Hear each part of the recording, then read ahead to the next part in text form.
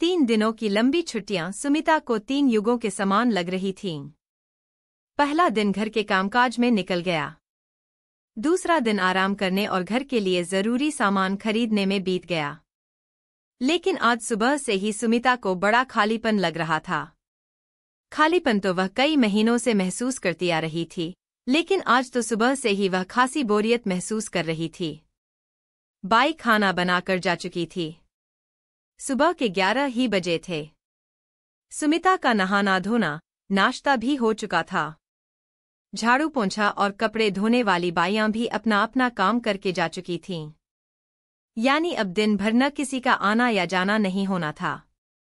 TV से भी bore होकर सुमिता ने टीवी बंद कर दिया और फोन हाथ में लेकर उसने थोड़ी देर बातें करने के इरादे से अपनी सहेली आनंदी को फोन लगाया। हेलो, उधर से आनंदी का स्वर सुनाई दिया। हेलो आनंदी, मैं सुमिता बोल रही हूँ, कैसी है, क्या चल रहा है? सुमिता ने बड़े उत्साह से कहा।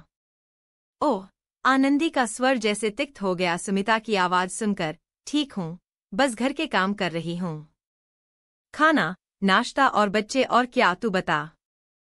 कुछ नहीं यार, बोर हो रही थी तो सोचा तुझसे बात कर लूँ। चल ना, दोपहर में पिक्चर देखने चलते हैं, सुमिता उत्साह से बोली। नहीं यार, आज रिंकू की तबीयत कुछ ठीक नहीं लग रही है। मैं नहीं जा पाऊंगी। चल अच्छा, फोन रखती हूँ। मैं घर में ढेर सारे काम है। पिक्चर देखने का मन तो मेरा भी कर रहा है, पर क्या करूं, पति और बच्चों के ढेर सारे काम और फरमाइशें होती हैं, कहकर आनंदी ने फोन रख दिया। सुमिता से उसने और कुछ नहीं कहा, लेकिन फोन डिस्कनेक्ट होने से पहले सुमिता ने आनंदी की वह बात स्पष्ट रूप से सुन ली थी, जो उसने शायद अपने पति से बोली होगी। इस सुमिता के पास घर गृहस्थी का कोई काम तो है नहीं, दूसरों को भी अपनी तरफ फुर्सतिया समझती है। बोलते समय स्वर की खींच साफ महसूस हो रही थी। फिर शिल्पा का भी वही रवैया। उसके बाद रश्मिका भी, यानी सुमिता से बात करने के लिए न तो किसी के भी पास फुर्सत है और न ही दिलचस्पी।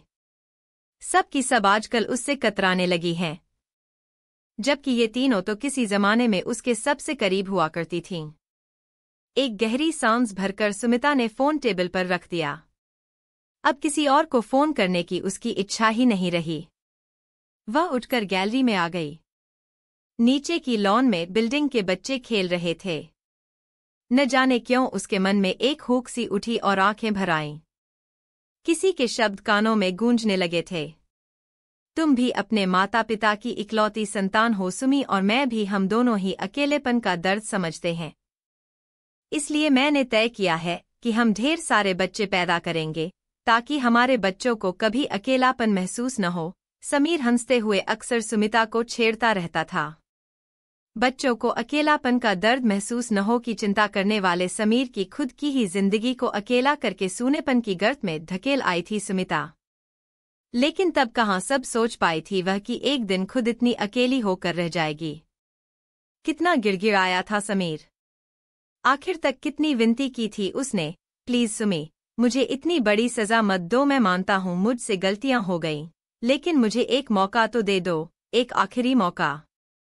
मैं पूरी कोशिश करूंगा कि तुम्हें अब से शिकायत का कोई मौका न मिले।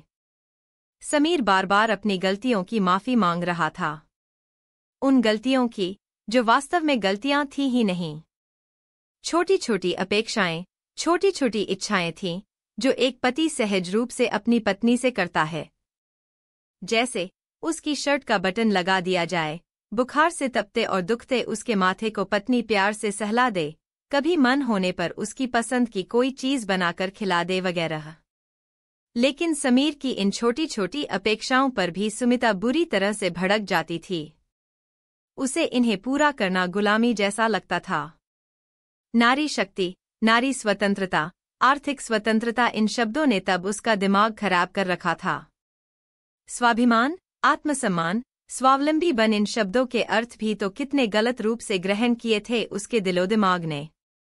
मल्टीनेशनल कंपनी में अपनी बुद्धि के और कार्यकुशलता के बल पर सफलता हासिल की थी सुमिता ने। फिर एक के बाद एक सीढ़ियां चढ़ती सुमिता पैसे और पद की चकाचौंध में इतनी अंधी हो गई कि आत्मसम्मान और अहंकार में फर्क करना ही भूल गई।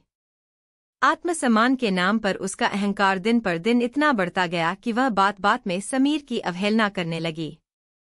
उसकी छोटी छोटी इच्छाओं को अनदेखा करके उसकी भावनाओं को आहत करने लगी।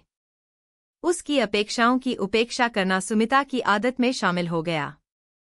समीर चुपचाप उसकी सारी ज्यादतियां बर्दाश्त करता रहा, लेकिन वह जितना ज्यादा बर्दाश्त करता जा रहा था, उतना ही ज्यादा सुमिता का अहंकार और क्रोध बढ़ता जा रहा था। सुमिता को भड़काने में उसकी सहेलियों का सबसे बड़ा हाथ रहा।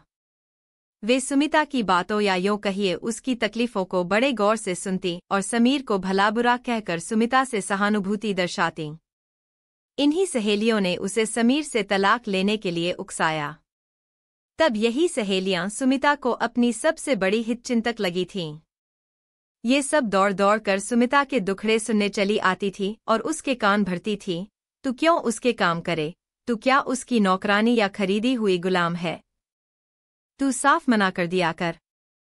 एक दिन जब समीर ने बाजार से ताजा टिंडे लाकर अपने हाथ के मसाले वाले भरवान टिंडे बनाने का अनुरोध किया, तो सुमिता बुरी तरह बिफर गई कि वह अभी ऑफिस से थकी मांदी आई है और समीर उससे चूल्हे चौके का काम करने को कह रहा है। उस दिन सुमिता ने न सिर्फ समीर को बहुत कुछ उल्टा सीधा कहा, बल्कि साफ साफ यह भी कह दिया कि वह अब और अधिक उसकी गुलामी नहीं करेगी। आखिर वह भी इंसान है, कोई खरीदी हुई बांदी नहीं है कि जब तक सिर झुकाकर उसका हुक्म बजाती रहे। उसे इस गुलामी से छुटकारा चाहिए। समीर सनसा खड़ा रह गया।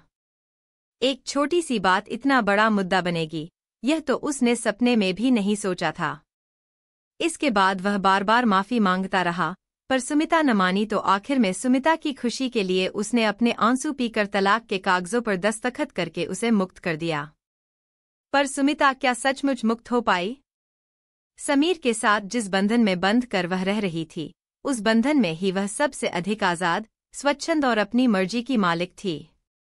समीर के बंधन में जो सुरक्षा थी, उस सुरक्षा ने उसे समाज में सिर ऊंचा करके चलने की एक गौरवमयी आजादी दे रखी थी। तब उसके चारों ओर समीर के नाम का एक अद्भुत सुरक्षा कवच था, जो लोगों की लोलुप और कुत्सित दृष्टि को उसके पास तक फटकने नहीं देता था। तब उसने उस सुरक्षा कवच को पैरों की बेड़ी समझा था, उसकी अवहेलना की थी, लेकिन आज सुमिता को एहसास हो रहा है, उसी बेड़ी ने उसके पैरों को स्वतंत्रता से चलना बल्कि दौड़ना सिखाया था। समीर से अलग होने की खबर फैलते ही लोगों की उसके प्रति दृष्टि ही बदल गई थी। औरतें उससे ऐसे बिदकने लगी थीं, जैसे वह कोई जंगली जानवर हो और पुरुष उसके आसपास मंडराने के बहाने ढूंढते रहते।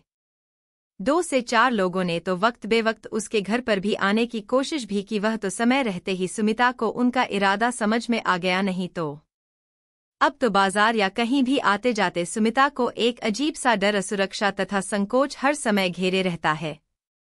जबकि समीर के साथ रहते हुए उसे कभी कहीं पर भी आने जाने में किसी भी तरह का डर नहीं लगा था। वह पुरुषों से भी कितना खुलकर हंसी मजाक कर लेती थी, घंटों गप्पे मारती थी। पर न तो कभी सुमिता को कोई झिझक हुई और न ही साथी पुरुषों को ही, पर अब किसी भी परिचित पुरुष से बातें करते हुए वह अंदर से घबराहट महसूस करती है।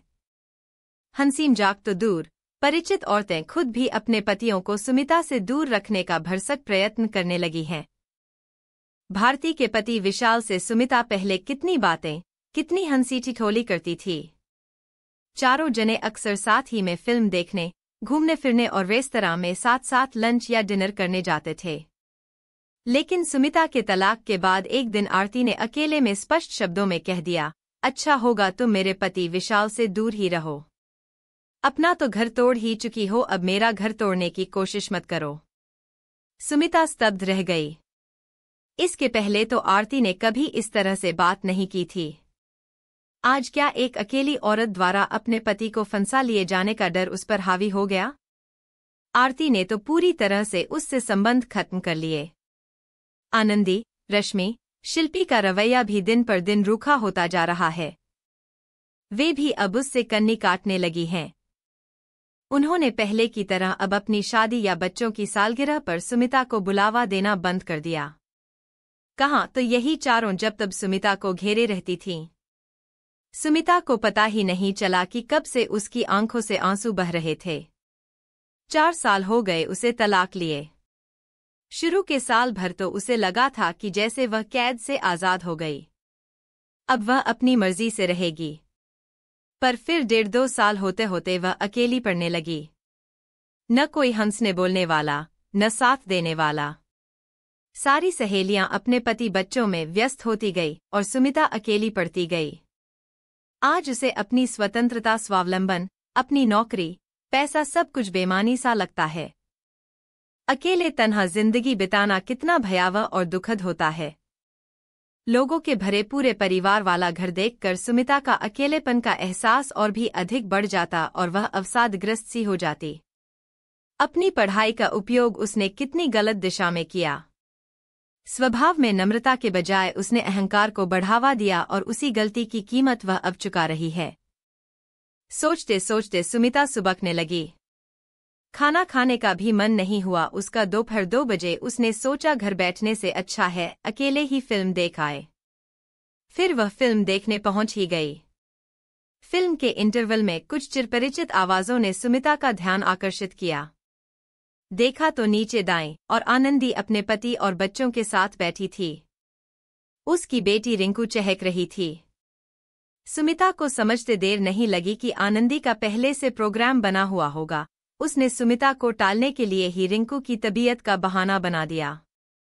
आगे की फिल्म देखने का मन नहीं किया उसका, पर खिन्न मन लिए वह बैठी रही। अगले कई दिन ऑफिस में भी वह गुमसुम सी रही। उसकी और समीर की पुरानी दोस्त और सहकर्मी कोमल कई दिनों से देख रही थी कि सुमिता उदास और बुझी बुझी रहती है। कोमल समीर को बहुत अच्छी तरह जानती है। तलाक के पहले कोमल ने सुमिता को बहुत समझाया था कि वह गलत कर रही है, मगर तब सुमिता को कोमल अपनी दुश्मन और समीर की अंतरंग लगती थी, इसलिए उसने कोमल की एक नहीं सुनी।